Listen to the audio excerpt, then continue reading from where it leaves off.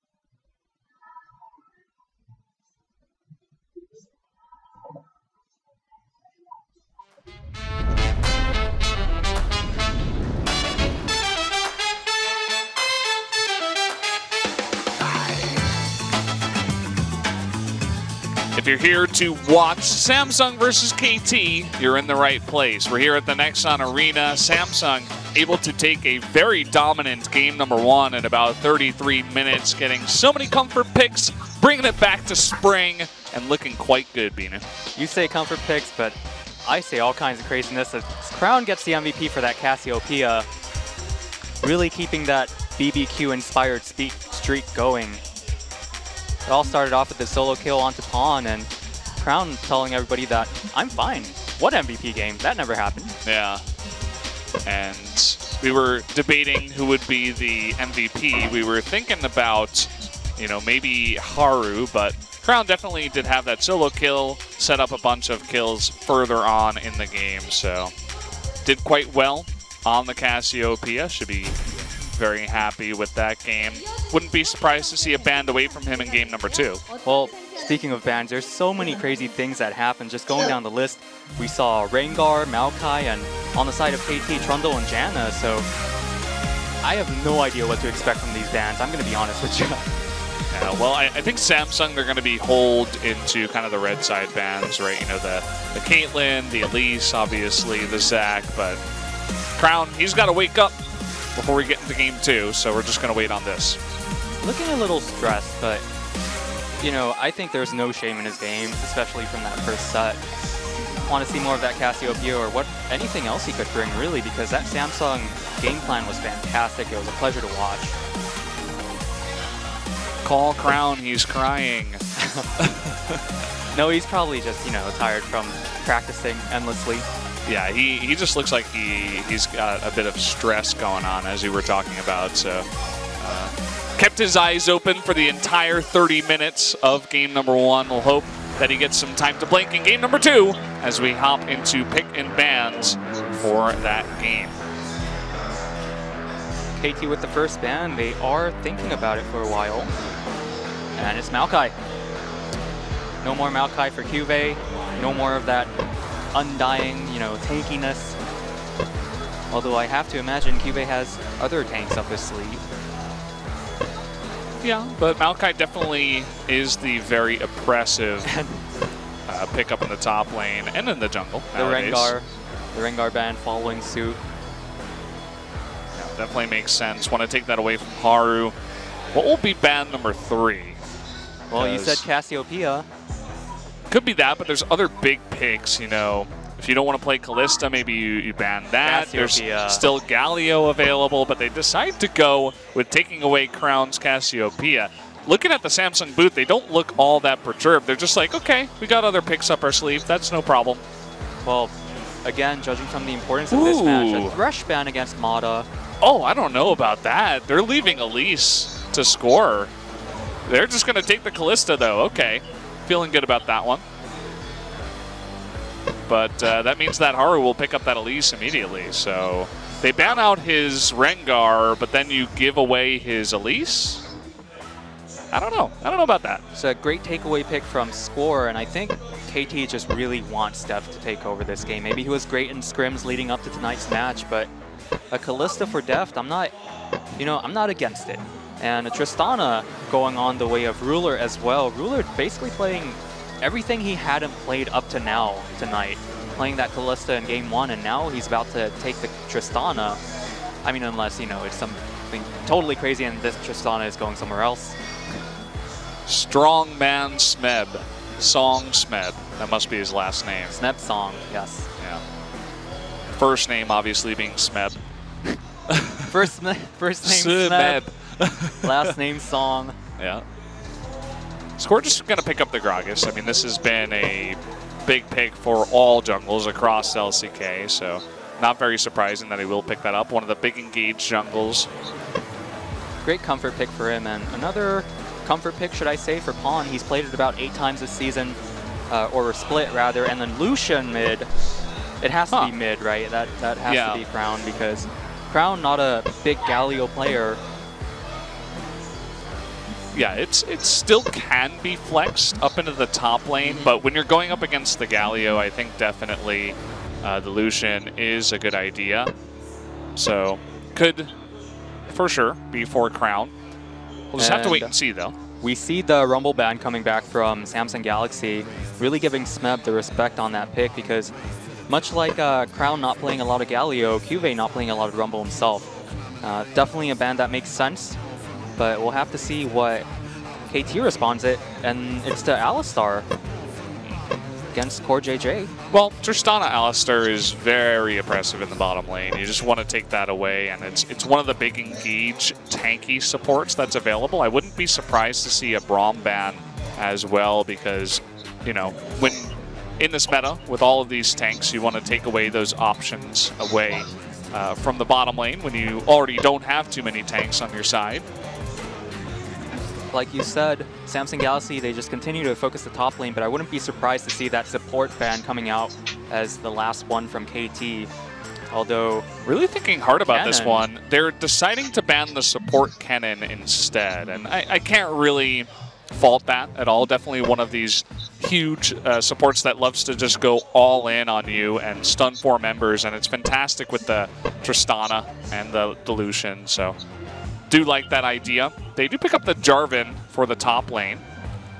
It's almost like a 6th ban, because they ban 2 top laners in the 2nd ban phase and then take the Jarvan away from Smeb, whereas Mata looking like he's going to take the Rakan. And while KT made those support bans, I don't think it's going to phase Core JJ that much. He still has the Braum, he still has the Zyra, and he still has what I think is his most confident pick in the Tahm Kench.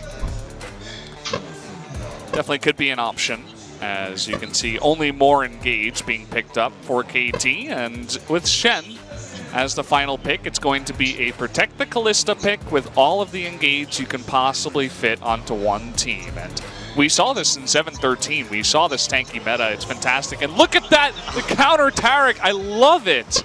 So cool. If he can time his ultimate to stop this engage, the amount of damage that Samsung has on their side, that was the one problem we saw against this huge tanky lineup, was that the other team didn't have enough damage to break through it. But if you have that damage and you have Taric to keep your team alive at the same time, I do like this draft here for Samsung. And not the first time Taric has been played in the LCK. I actually think recently it was a game between the ROX Tigers where Shy played Jarvan and Ever8 winners. They had the Taric, and every time the ROX Tigers would engage, Ever8 would just use the Taric ultimate, ignore all the damage, and just finish off the fight in their favor. But the Taric definitely a surprise. I don't think a lot of people expected that one, whereas Smeb taking the Shen after all those top lane bans and denials. This Shen probably, you know, the most reasonable choice, I think, because Shen is 5-0 on Smeb, or Smeb is 5-0 on Shen, rather. He's a Rumble and Shen guy nowadays. I mean, he plays it so often with a smattering of other picks, but definitely two of his bigger picks.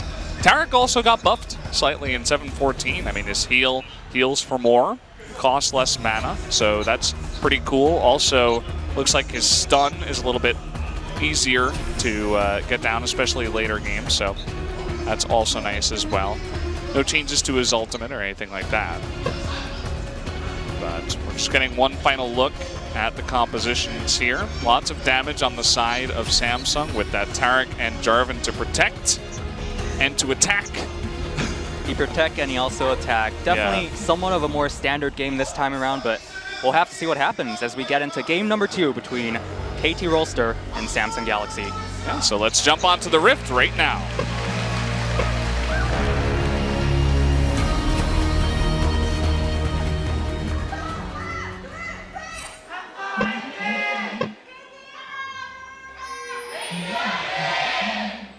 Here we go, game number 2, KT Rolster versus Samsung. KT on the blue side this time around. That is one fabulous Taric. Well, he's there to save lives. That's why he has all those lifeguards. And what about the hair, though? That's like... I wish I had hair like that. Why does he need a giant hammer to save lives again? It's not a hammer, it's a loudspeaker. Oh, okay, that makes sense. All right. Baywatch, you know. Haven't seen that skin all too much. If your AD carry's feeding, he could turn it on and yell in his ear, "Stop doing that!" Report Tristana. I repeat, report Tristana. Well, we are going to have a pretty gigantic leash here for Score. He's going to get started off very quickly, whereas Haru on this Elise will start at the blue buff as well. I have to admit, look at that. First impressions-wise, I feel a lot better for Samsung. Haru gets to deny the Elise from Score, and KT's team composition just feels a bit too much like the first game where they just put all their damage into Deft. Yeah, they're relying on Deft, and we've seen them do this before. You know, he's played Tristana, he's played Kog'Maw, he knows how to play these hyper carries, and they just have ridiculous amounts of engage. So there's going to be a lot of pressure here onto Corday to keep his team alive. Small little engage down in the bottom lane as Mata gets a nice grand entrance, but heal is forced to be burned for Ruler. Probably not that big of a deal depending on how you look at it, since Taric does have the heal, so they should be able to sustain as they gain more levels, but depends on if Score wants to take advantage of that. Haru jumping over the wall and taking the Scuttle Crab for himself. Yeah, using a smite there for that, but that's going to be okay. At least not too slow on that. And look at this. He's, instead of going for the Raptors, he's going immediately up top. And there were pings on those Raptors. I think KT thinks he's there. So here we go. Need a flag and drag into a cocoon. Smeb, he's so far up in the lane. How do you get out of this one? The teleport's going to come in, but I think he might still go down. Red buff being put down. Oh boy, Juve actually getting a little too much damage. Pawn is going to eat that turret shot. And this is getting really dicey up in the top lane. Looks like Score's going to make his way over, and Samsung will respect that. And so they will. Okay, they're going to face check the brush. So Haru is going to flash too. Gets the flash out of Haru, and such a, like you said, dicey moment between these two teams as all these champions are low level. They take a lot of damage right now, but I just have to applaud Smeb for that decisiveness, that discipline to keep in lane, go the opposite direction, and just call for the teleport from Pawn. Yeah. Great save. I realized later, actually, that the Flag and Drag wasn't available, I think, because Kive must have had his shield skilled, and so that just means that he couldn't go for the combo. And you can see if he did have that combo, Haru could have flashed the minions and set up that cocoon and gotten first blood, but because they did not have that combination, and Smeb very smartly knew that, just hid around behind the minions and waited for that teleport you were talking about, he's able to get ahead in that situation.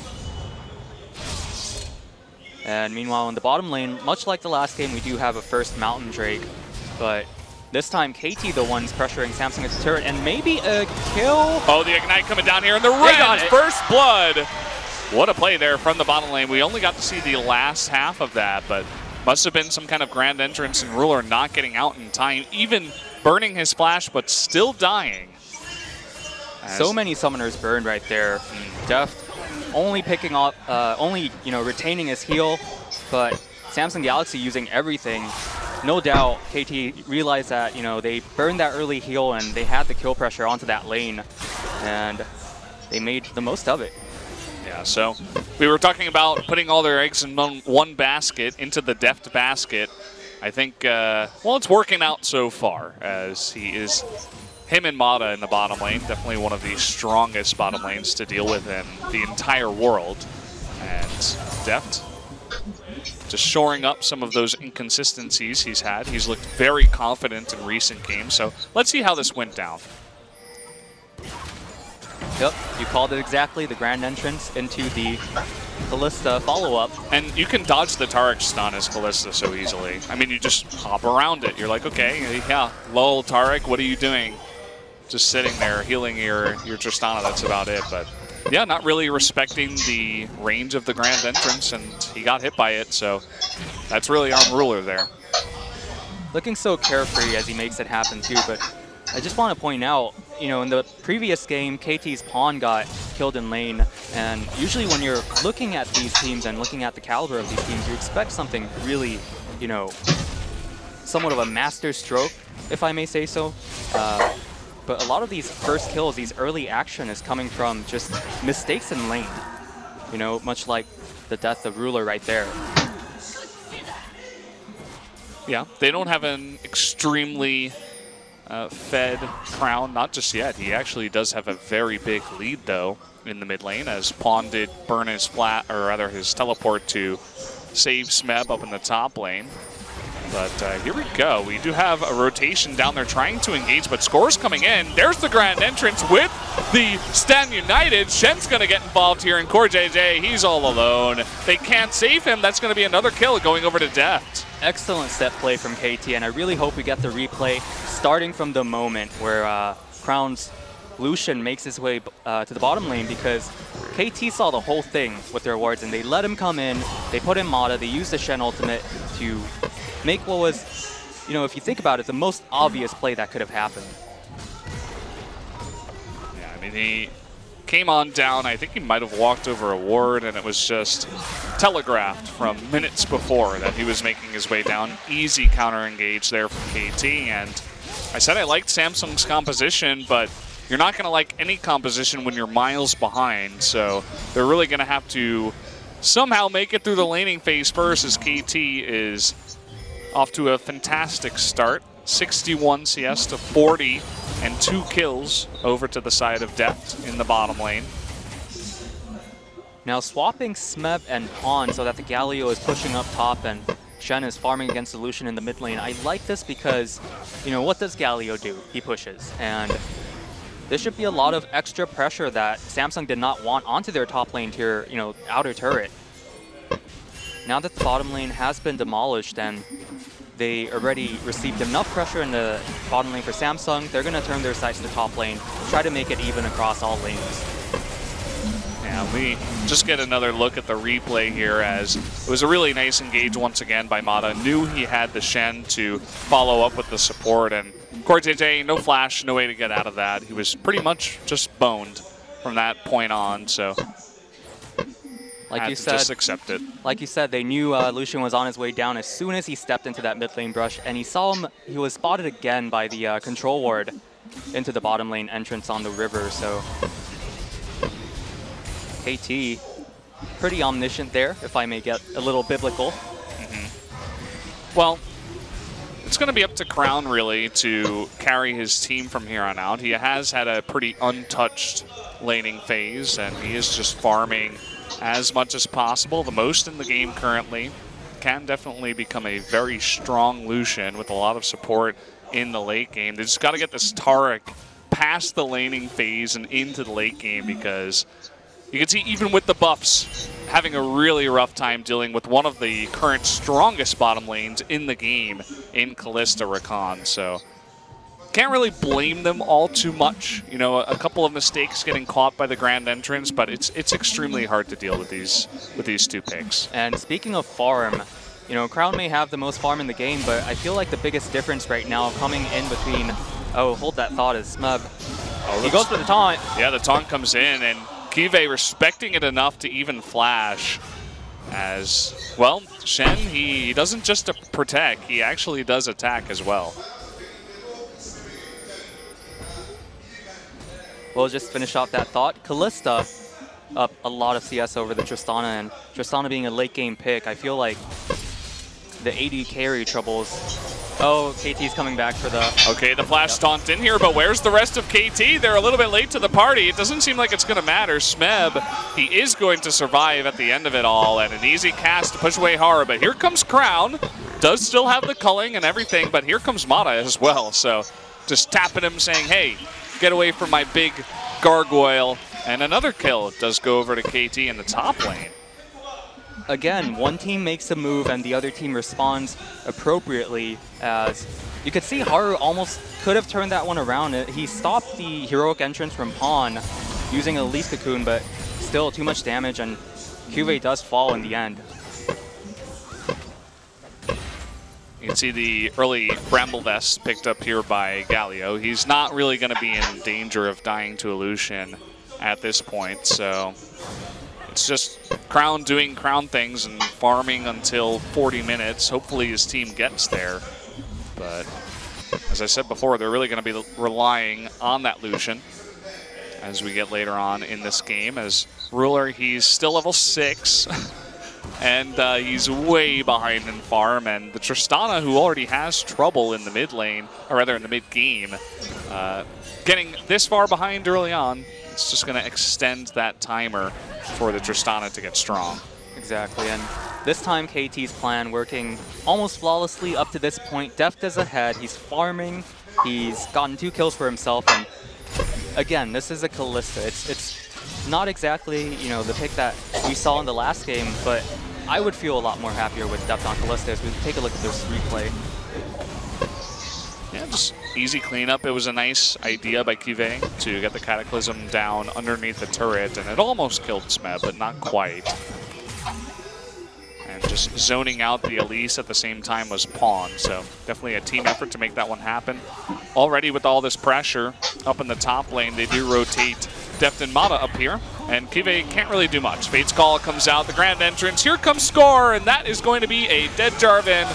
Down he will go, the Rend, and that is a 3-0 Kalista at 12 minutes into the game. Deft is going to be so fed in this one. You know, that last kill onto Cuvée, you could say that he had his support coming in there just a little bit late, but that one, I can't help but say that that's just a straight-up mistake by Cuvée. Not really thinking about the possibility of the Gragas being there, and giving up another kill to Deft, who is now 3-0. And when you got 2 of these top-level teams in LCK, literally, in the standings, it does make sense that it probably will go to a 2-1, but hold that thought, we got the Stand United. Crown now in a bit of a bad spot here. The Galio coming in, and the Taric ultimate does get off, so KT actually respects that. and doesn't try to follow up on that engage. No one near pawn, so he basically canceled that himself. I think both teams understood that unless it was, you know, a very clear-cut chance for a kill, there wasn't much to get done in this area. Might as well fight over the Rift Herald or the Mountain Drake, something bigger that could really snowball their advantages. Although Samsung Galaxy going for that Mountain Drake immediately. Yeah, interesting that they get away with this one. A lot of stuff used to try to catch Crown and recalls needed across the board on the side of KT. So Samsung taking this timing, taking the opportunity to pick up a nice streak for them. Somewhat reminiscent of the previous game as well, as we saw, you know, Samsung Galaxy as they lost the first Drake and Deft going on to Cuvée. Oh, he wants more. Play the Rune King too. Cuvée, there's so many red stacks. Look at that. Will he burn down from the red? No. The Corrupting Pot keeps him alive. That was incredibly close. That could have been kill number 4 for this Kalista. So close. And Deft just doing this all with a smile on his face, looking so casual as he does it. Just chunking down the top laner, almost getting a kill, and now just smacking down the mid lane turret in Crown's face, although, so close. If that stun had landed, maybe, but Deft's still ahead, and he's the type of player that could do this. When you give Deft the lead, we saw this in the last game that he had against Freak of Freaks. Yeah. Game 1 and 3, he had the Tristana, he was flashing forward, rocket jumping forward as soon as he had charges on his static Shiv, and he's still here. He's so confident, almost overconfident at times, but when you give him a pick like Kalista and such a gigantic front line, just like we saw out of the Tristana, he becomes so hard to deal with, especially when he's 3-0. And I wonder what will be the response out of Samsung. Eventually, this Kalista will pick up a QSS. We've been seeing it almost, it's like maybe half the time it's been second item in recent times as well. And you could easily deal with the Taric, with the Elise, with that QSS. And once he picks up that item, it's going to be very hard to track this Kalista down.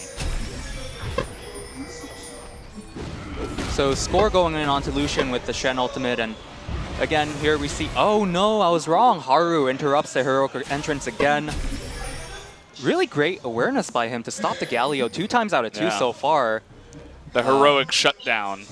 Yeah, I was wondering why we were seeing a replay of that because nothing happened, but that was definitely worth watching. Haru showing his awareness. And again going for that stun. This time Deft respects it and flashes out. I think he was expecting Crown to, you know, flash forward and try to complete the stun so that he could get the kill. Yeah, just high level of respect. He knows what happens if he gets stunned, and it's death. And he can't afford to die right now, so I do like that play. Does make sense in the moment, but that doesn't mean that his flash is going to be down for quite a while. So if Samsung ever had a chance in this game, it's going to be now. When Deft doesn't have QSS, when he doesn't have flash, he's only got heal and a big front line. But if they can get back to the back line, if they get on top of Deft, they can easily clean up the rest of KT. So got to take out that damage. I fully agree with you. They need to swat this Kalista out of the sky before she actually takes off beyond, you know, a level where Samsung could catch up. Because, you know, think about tempo and think about what they could do to get ahead in this game. Samsung really needed this Elise and Lucian to make things happen, but they're 0-0-0, and all their other members are struggling. You know, you might not expect the Tristana to take over the game early, but still, you want some kind of leverage, you want some kind of cushion to make it at least easier for yourself, right? Yeah, for sure, and they got to make something happen. Now is their time to shine. It wasn't that time when KT was pushing the mid lane, as that was very hard to set up, and it looks like they're going to try to go for the split pusher here in Smeb, but will make it out of there with the Rift Herald buff, that Rift Herald empowered recall, if you will. Smeb with the correct read. I think he used his Smebby sense to... Smebby sense. Yeah, Spider-Man. Interesting. Smebby. To get out of there. And returns to the top lane to face that wave that Jarvan has been pushing in. So more farm for Smeb, always a good thing, as both the Dragon and the Baron is not spawning for about 2 minutes. I think teams are just gonna, well, KT mainly is just gonna try to get some deep vision and prepare for this Baron as it spawns. Yeah, they don't have the Mountain Drake, which is kind of annoying for them, but they do have Callista, which means that they can take this down pretty nicely. Just have Blade of the Rune King and the Rend, obviously. So again, even just another thing to rely on Deft for. And okay, big flash shot in here. They get onto Ruler, and the Taric ultimate is popped. But look at Elise in the back. They're trying to save her. The Repel comes down. Nice Cataclysm as he does trap everybody, but where's that damage? Not going to be enough. Look at how much Deft does to that front line. As they try to dive into the back, they try to get onto one of these members, but they just get eaten alive by this Callista. Talk about a Taric ult. It just didn't work that time. Haru went in too deep on Elise, and Deft just ripped him apart. We'll have to see the replay on that, but I think Taric enveloped about 4 members, except for Elise, who was getting hit by Deft. That's the one you want to protect, right? That's the damage you want to ignore. But Deft, all the time in the world to go ham on that Callista, and he just gets further and further ahead. Yeah, I mean, this game is all but over at this point. The Callista is getting way too out of hand. What is he, 5-0 now? Yes, now he's picked up the Runic Hurricane and the QSS with those Berserker Greaves. He's going to be hitting like a truck. And not much you can do with Samsung. They're struggling to build up any kind of tankiness. Basically, no one on their side is tanky at all.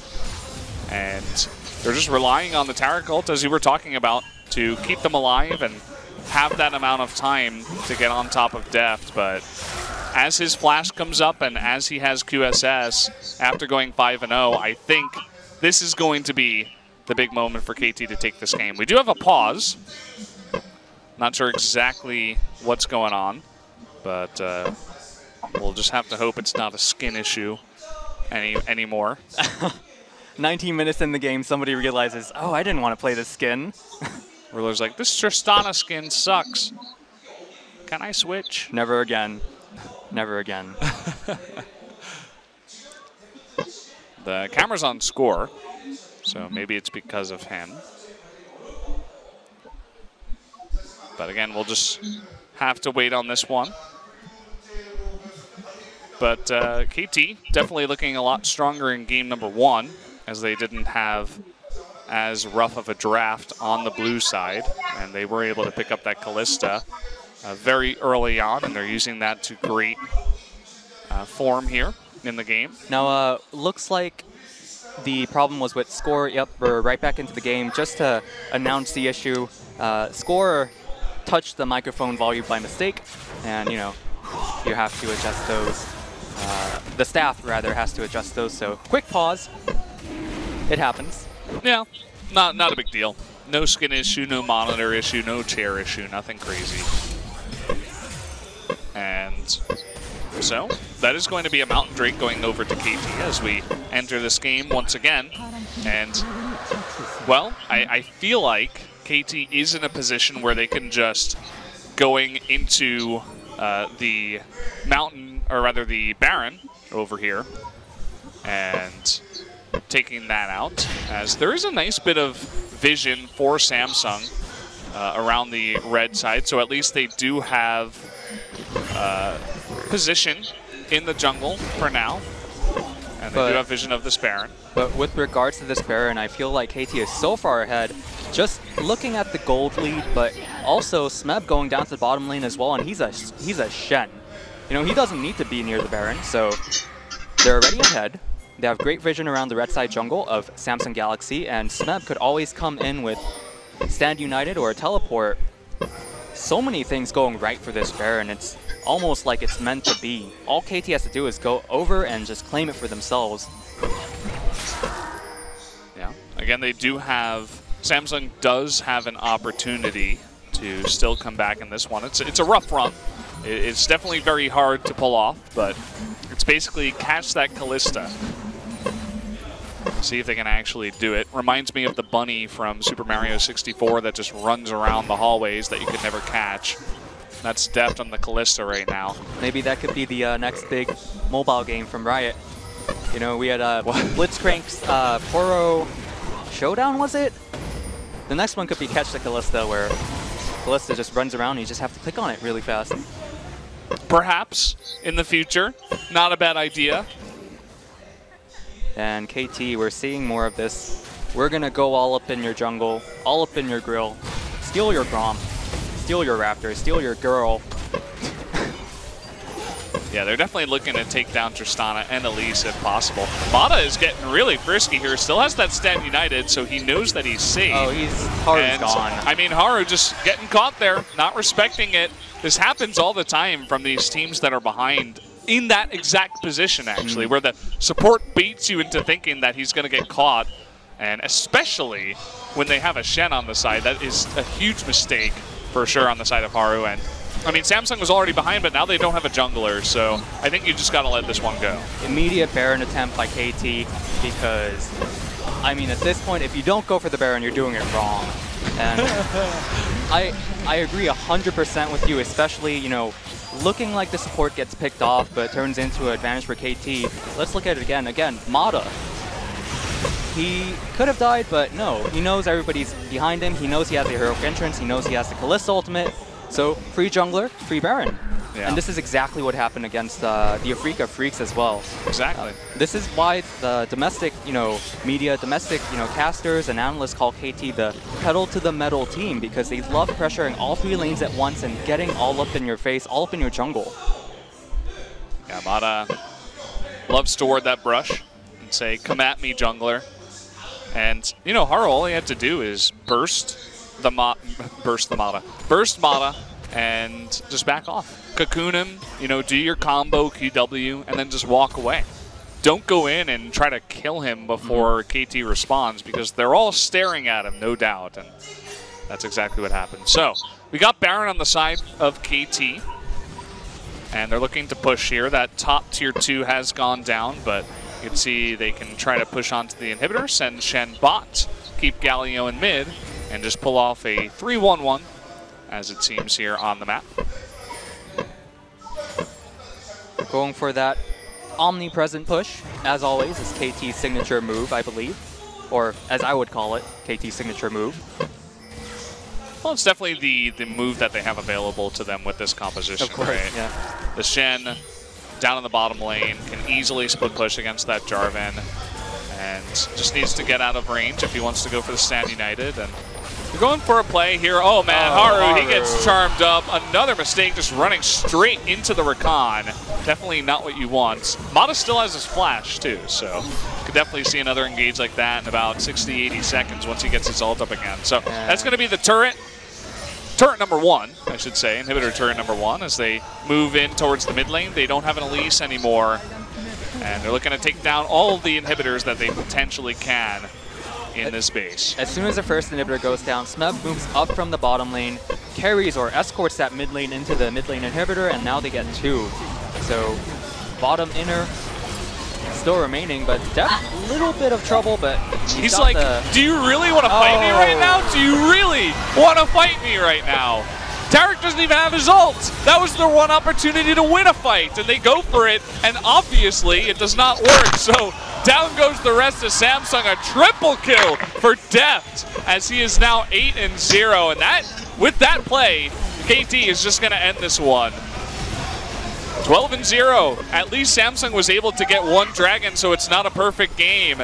But that's going to be it. Down goes the Nexus here, and we're all tied up between KT and Samsung as KT takes game number 2.